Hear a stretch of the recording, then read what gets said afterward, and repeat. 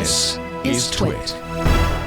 All righty, folks. I am pleased as punch to welcome OneZero over at Medium, a publication. It's Megan Morrone. Hello, Megan. Hello, Micah. How are you? You know, I'm hanging in there, Megan. What about you? I know that's the dumbest question now to ask because, we would always just say I'm good, but now it feels weird to say I'm good. But yeah, I'm here. Now it's like, how much time do you have? Yeah, it feels dishonest, doesn't it? Yeah. Well, I know how you're doing because you published an article over on OneZero talking about trying to find a way to purchase books ethically. And I think that this opens up an even wider discussion on the state of things right now, where we're all, or many of us at least, are trying to find ways to get the things that we need and the things that we desire while still maintaining, ethicality, maintaining ethics. And navigating that world can be exhausting in the best of times, and we're kind of in the worst of times. So could you tell us a little bit about sort of what sparked this article, what happened to cause you to sort of search out an ethical way to purchase online? So I have such a problematic relationship with Amazon. I think last time I was talking to you two on your show, I was also trying to give up Amazon and failing at it. So about, mid-March, beginning of March, I think if you worked for a tech company, you sort of got especially in San Francisco, you got the feeling that things were not going to be the same maybe a little bit earlier. I wasn't commuting into San Francisco, but I was still doing all the normal things. And I got an email from the library that said, we'll always be open for you. We'll always be open for events. And then the very next day I went to return some of the books that I had. And they were, of course, closed like everything else. They were a non-essential service.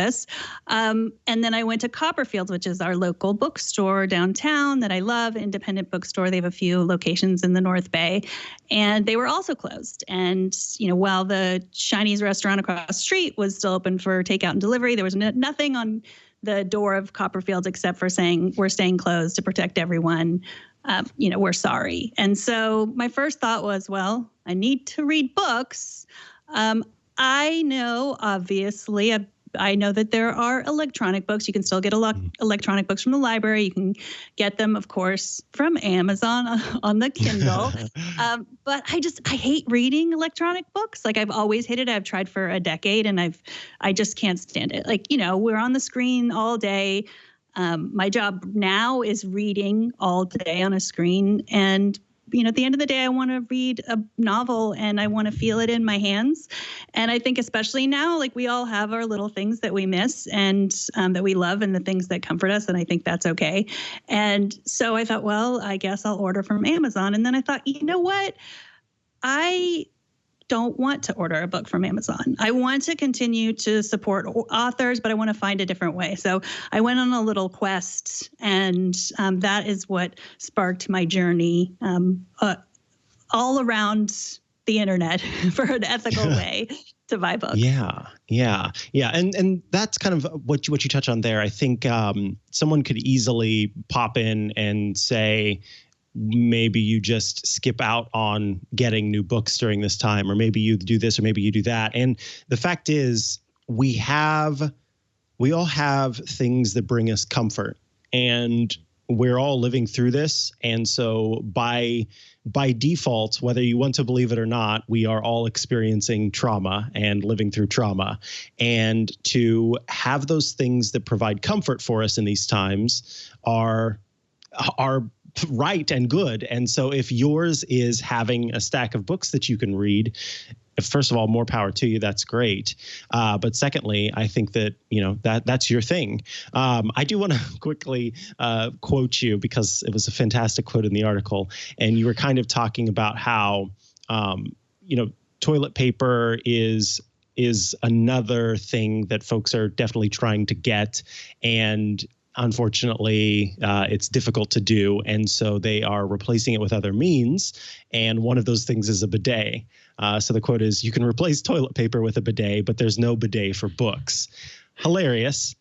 But immediately I said, wait, isn't the Kindle the bidet for books? But then you followed up to say, I know that the Kindle's out there, but I don't want the Kindle. And I get where you're coming from with that. There's the smell of the book and the movement of the book and the way that it feels to sort of read through a book and actually see that progress that you make, as well as, like you said, the fact that you're on screens all the rest of the time. Why would you want to be on a screen still? So I definitely respect your choice there. So let's talk about then, what were some alternatives that you came up with in place of Amazon? Okay, so the first, as I said, I spend a lot of time on the screen. A lot of that screen time is on Twitter. And I saw a tweet from Emily Powell, who runs Powell's, which is one of the biggest independent bookstores. And it's in Oregon, but they've always had an online presence. And I knew that, and they're a good alternative for Amazon. And I saw that they had laid off employees, but then rehired those employees. So I thought, okay, well, that's great. Like, I would love to support that. And they said they're practicing safe distancing measures. Your order might be slow, but we're going to do it anyway. So I placed my order, and then I just started doing some research, and I saw this article in the LA Times, which said that, the union was calling out Powell's because the people that were hired were not the people that were laid off were primarily union. This is what the LA Times article said, primarily booksellers union people. And the people that were rehired were mostly just management. And so I thought, okay, well, I'm trying to be ethical, and here I am, like, stepping into this, fight for stepping workers' across rights. The picket line kind of thing. Yeah, exactly. I was a scab. So I reached out to them, and they said that 2/3 of the people currently working, of the 180 employees, 2/3 of them are part of the booksellers union. And I thought that was great. I should mention that my first job out of college was in a bookstore. I worked at a Borders. Kids, ask your parents what a Borders was, because they don't exist anymore. And there was a fight to be part of the union back then when I worked there. But so I was happy about that. Then I finished that book. I was ordering some cleaning supplies. We also all need cleaning supplies. And I went to Target's website, was ordering stuff. And then I thought, okay, well, there's a book that I want to read. I'm going to throw that in my cart. And, it's like there's the debate, because Target is still open. I could still go there. But, I don't want to necessarily put it's hard to know. Am I putting more strain by going into the store or by ordering? That's the other thing. Like, these people that are delivering our things, whether it's for Amazon or Target or UPS or anything, like, they have a bit of a strain too. So I ordered that book, and then I finished that book. And then I found a place called Bookshop. It's bookshop.org. And when I read it, I was like, oh, look, they're letting independent booksellers buy books and sell books during this time. I thought, that's great. When I looked a little deeper into it, their Bookshop is a B Corp. So they're a corporation, not a nonprofit, but a corporation that's trying to just be an ethical corporation in general. So it's like Patagonia is one of those swell, like, they make those water bottles that has Dash, the fancy water bottles that are really expensive. The $900 water bottles. Yeah. Yeah, something like that. But it's for a good cause. And so I think Target is a little different from Amazon. They are also a giant corporation. I don't know of a lot of. I think they treat their workers pretty well. I know a lot of my daughter's friends are working there, and they get paid well, they get treated well. They've definitely been treated well during this time. Like, they're just really sanitary. So I thought, okay, well, that's okay. Mm-hmm. And then I finally realized that I could also probably look at Copperfield's website and see how they're doing. And I went on there, and then I realized that they sell books online too, which obviously this is like a light went on in my head. And I thought, of course they do. But it's one of those things in this time is so weird. So, like, I would have never expected that the store that I could walk to from my home, I would never expect that I would need to order online from them. But, like, I would never have expected that we would all be home, that you guys will be doing your shows from home. Like, just, this is a weird time. None of this is expected, yeah. Yeah. So I ordered from them and got that book. And I just finished that book last night. That was Ling Ma's Severance, which is about a global pandemic. Highly recommend it. It was now weirdly hold on. Oh, okay. Yeah, that's what I was. Okay, it was comforting. You say. Tell me how. How was it comforting? Well, it was written in 2017, and it's this fictional. It's about a fictional fever that starts in Shenzhen, China, and it's called Shen fever.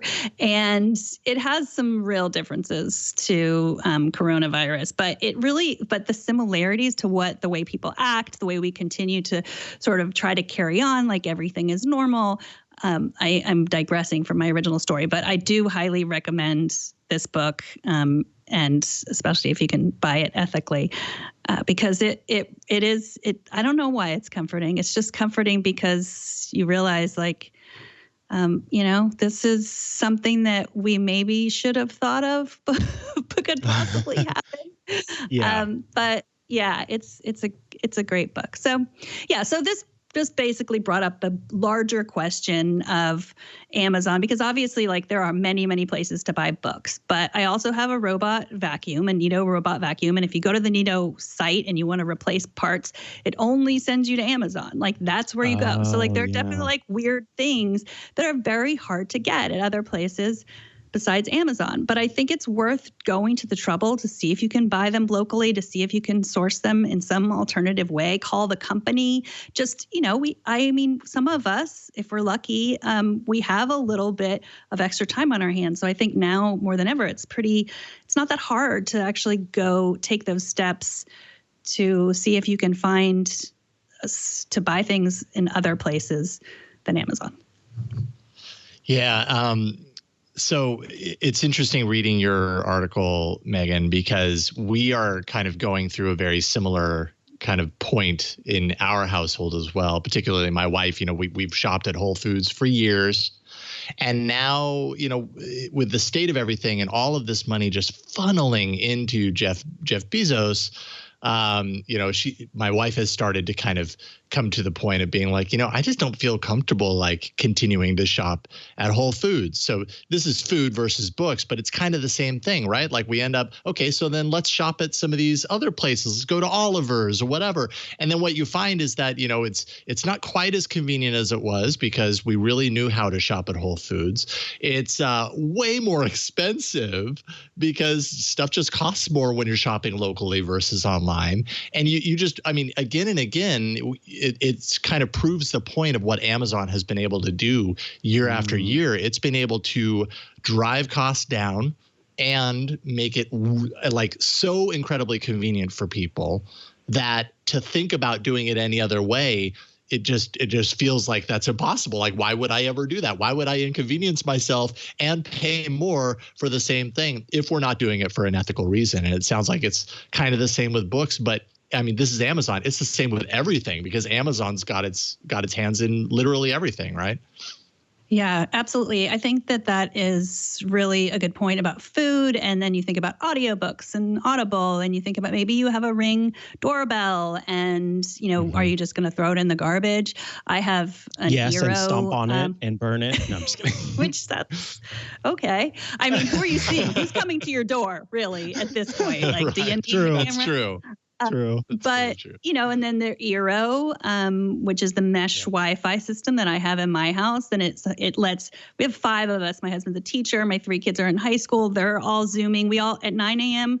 I have a video meeting. All of them have video classes, and I've had no trouble with Wi-Fi. And it's not a subscription service. So, I bought it once and then I'm not paying Amazon anymore, but they are slowly gobbling up all of these companies. And that's not even to say about AWS, like that's the backbone of the internet. If you're really going to give up Amazon, like there are a lot of websites that you're not going to be able to go to if you're going to take it to that level. So, I'm not going to simultaneously bring down Amazon, but just I think what I would rather do is support other local businesses, if possible, maybe not local, but just other businesses give them the support, especially now, because I think Amazon's argument in the upcoming, in like the past decade, past 5 or 6 years, especially, they've been saying, well, the percentage of goods that people are buying online is it's not the majority of goods. It's so low. So yes, we make up a lot of that, but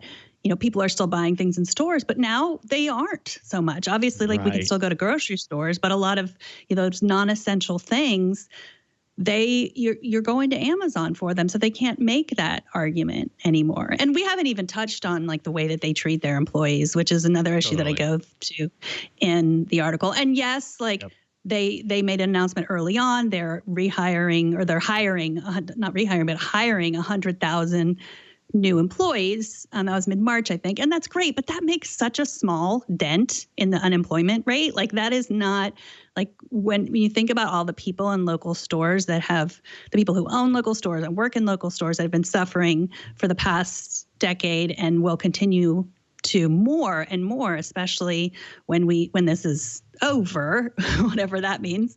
Yeah, it's just it's good to support when you can other people besides Amazon. Yeah. So that kind of seems to be the big takeaway there at the end, is finding opportunities to support other businesses seems to be the ethical common denominator, where it's something that or least common denominator. Anyway, it's the thing that I'm not a math doctor. It's the thing that we can all do or try to do, which is preferred. Now, there was one thing that you said toward the end of your article, and I quote, "It's probably a lot more ethical than always feeling like you need to have too much, even when it comes to books." When I read that, I did that, amen kind of moment, because I think about that a lot. It kind of depresses me a little bit that there is a store that's called Container Store, where you go and you buy containers to put your other things inside of, because you have so many things that you need a thing to hold the things. And that was outside of coronavirus. So this idea that feeling like you need to have too much to be comfortable is not the most comfortable way. It's not the most, it leads to anxiety, and it's certainly not the most ethical way to live. So I thought that was a really good point. I don't know if you want to expound upon that, but I like that. Well, it's just, I did have this subscribe and save order for toilet paper. And it was just a thing, one of my quirks that I didn't think much about, that I always had way too much toilet paper. I have 5 people in my family, but it was just something, some small thing that I felt like I could have control over. We're never going to run out of toilet paper, and it's all because of me. So I just thought, that's a weird thing that I can look at about myself. I don't have to. I never thought about, and I don't think, because I was always buying that much, I don't think I was upsetting the supply chain at all, but I stopped. And, when I look at how long ago I stopped that order and how we still have too much, I've been just taking rolls of toilet paper and dropping them off at friends' houses, with little bows tied around them, because I'm I just have so much. Aww. I want people to let me call you up, because I could use a couple bow-tied toilet papers. Yeah. So, I wish the lesson was I finally learned how to read ebooks, but I can't. I still hate it, and I'm sorry. But the lesson is, I think, for me anyway, that just I don't have to, abundance. The fact that abundance makes me feel this sort of comfort is something worth looking at, because sure. I just think we don't necessarily need to have as much as we always think we do. I like it. Yes. Can I ask you one last question before we end this? Yes. You mentioned the bidet in the article. Do you have a bidet? I don't have a bidet. I did grow up with bidets in my home. We bought it from a family, I think a French family, and I always had to explain what they were to people growing up. And so, no, maybe when I run out of toilet paper, I will consider it. But nope. Leo has a bidet. Yeah. If you want bidet advice, you're right. He's right there. Bidet shopping guide. Bidet? Jason? No. Yeah. No, I do not. Although when all this started happening, of course, there was that rush. Like there were bidets that were like selling out and everything. It was like, Yes. oh, maybe I need to get one of those. Yeah. If it's going to get real bad in the TP industry, like maybe we do need a bidet in this place. I had intended to get a bidet long before this ever happened, just as a general cleanliness thing. And I never did. And I'm kind of bummed that I didn't because, they're kind of difficult to find now.